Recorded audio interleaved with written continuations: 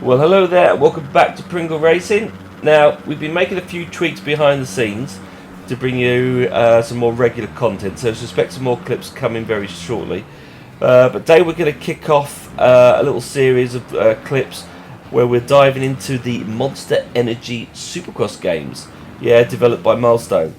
Now, don't worry, I've still got V-Rider clips on their way and a brand new Crew Motorfest video, which is just around the corner. So plenty of variety in the biking world coming over the next few weeks. But let's jump into this Supercross series, because look at the footage that I'm showing here now, okay? Can you guess which version? There's been a number of versions, and we'll discuss that at the moment, but which version am I playing at the moment? This is on a PS5. I've taken all the hub settings off, so we've just got all the visuals on the screen. Would you believe it?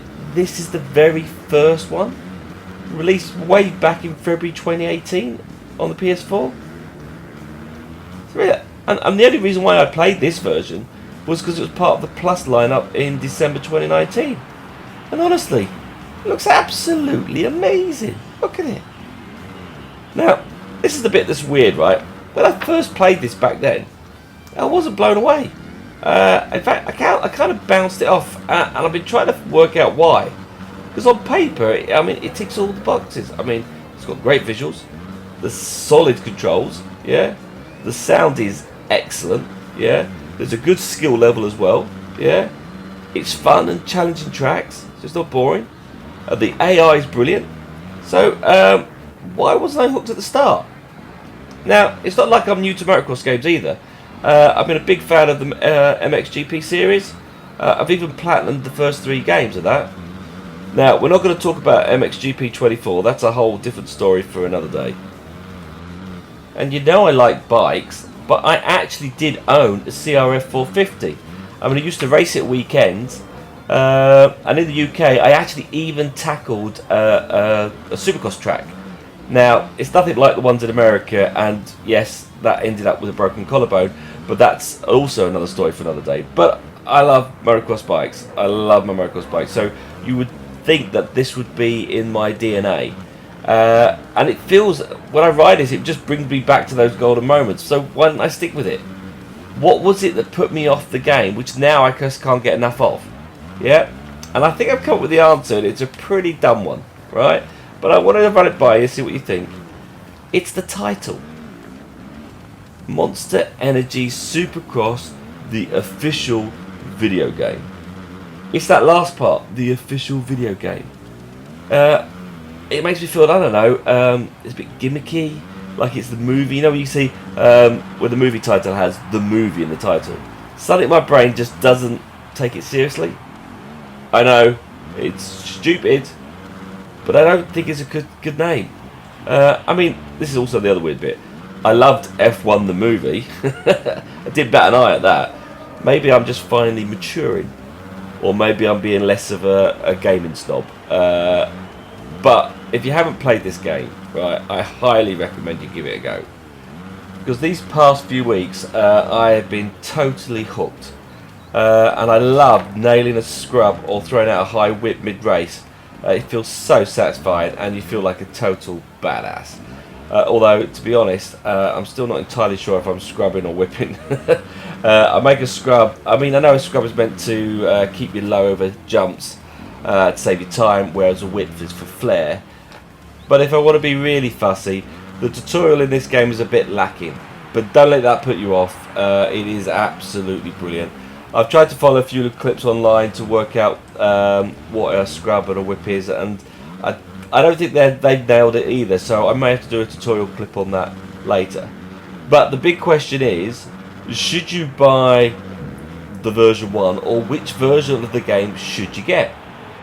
Now, there's 7 in total, the latest being Monster Energy Supercross 25, the official video game, which was released early this year. And if I'm going to rate the series properly, I'm probably going to need to do a bit of catching up, and I'm going to need to go and take a small loan and grab all the various versions. Now, before I go on any further, did you notice that I just took this person on the last penalty that was about to win this race? I managed to take him on the last lap. See, the races in this one are so close, which is pretty damn good. Look at that. Smashed it! Yay! Right, let's grab another race before I carry on talking about this topic. and as you can see, I need to do a little bit of practice on my starts. But this is an open stadium, and this is so good. This is such a cool track. Right, so while we watch this race, let's go back to what I was talking about. Which of the 7 versions should you get? Well, this is the weirdest thing, okay? So while I was looking into this, playing back this game, and I don't know if, you know, everybody's listening or whatever, if your phones are listening to you, but for some weird and crazy reasons, in August and September, the whole 7 series of the games, apart from the latest edition, have all been on sale. I kid you not. Right, all of them have been on sale. So at this present moment, I believe Super Motocross 5 is currently on sale, and I think you can get that in the UK. You can get it for about £3.50. And if you want to get it with the Season Pass, I think it costs you £5. Now I've spent a total of £7 here in the UK, and I've bought version 2, version 3, and version 5, which is not bad. Now, if you're watching this and the sales are now over, don't worry, because I can guarantee you they will be back on sale at some point, especially over the Christmas break. So what I would do is I would add all the versions to your wish list, put them all on there, and then just wait to see which one comes up in a sale.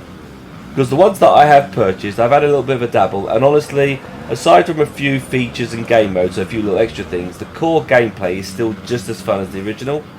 And this is the thing that's really surprised me on the online multiplayer. Yeah, it is still active across the board.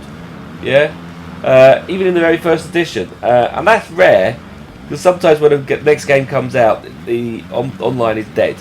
MotoGP completely dead, but not this. This Supercross game is still active. I spent 2 weeks going online around about 9 PM, and there were at least a couple of lobbies always active that I could join, or I could create your own one. And if you create your own one, I had about 30-second wait until somebody joined it.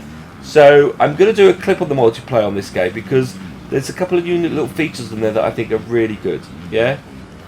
Now, what I do need is some help from you guys, because obviously I'm now going to be trying these versions of the games, and I'm going to be doing some comparisons. But please let me know in your comments, have you played this series? If so, which version are you playing? Do you still play it? What do you like? What don't you like about it? I'd love to know your feedback on it, because I tell you, as motocross goes, I absolutely love this game. I think it's just really good. The sound's good. It just reminds me of when I was motocrossing, so I definitely highly recommend this. Now, thanks for watching, and I hopefully will get back to you next time pretty soon. So race hard, race clean, and stay safe out there, guys. Speak to you all soon. Cheers for following. Bye.